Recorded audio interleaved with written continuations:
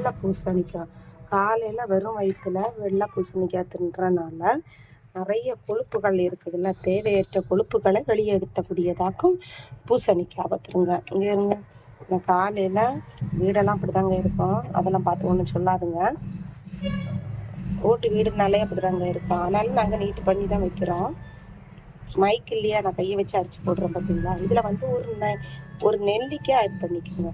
நெல்லிக்காய் வந்து நல்லது தானே நெல்லிக்காய், அது ஃப்ரிட்ஜில் வச்செல்லாம் ஆட் பண்ணிக்காதுங்க, சும்மா வெளியிலே வச்சுக்கோங்க. நெல்லிக்காய் ஒன்று யூஸ் பண்ணிக்கோங்க, நல்லதுன்னு சொல்கிறாங்க. சரியா?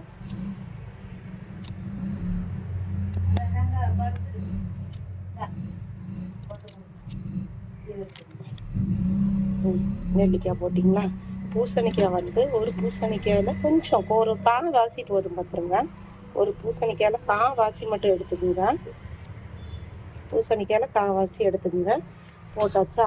நம்ம இப்போ என்ன பண்ண போகிறோம்னா, இதில் லைட்டாக தேன் அதுபறம் சேர்த்துக்கலாம். இப்போ நம்ம அரைக்க போகிறோம், சரிங்களா? இங்கே பாருங்கள் ஃப்ரெண்ட்ஸ், நான் வந்து வெள்ளை துணி இல்லாதனால இதுலேயே வந்து புளிஞ்சிட்டேன் பார்த்துருங்க.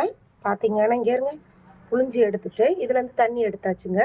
இதில் லைட்டாக மட்டும் தேன் இருக்குது பார்த்தீங்களா, தேன் ஆட் பண்ணி லைட்டாக மட்டும் தேன் ஊற்றி சாப்பிட்டா நல்லது. காலையில் வரும் வயிற்றுல குடிங்க ஃப்ரெண்ட்ஸ், சரியா? மறக்காமல் லைக் பண்ணுங்கள், ஷேர் பண்ணுங்கள், சப்ஸ்கிரைப் பண்ணுங்கள். Okay friends.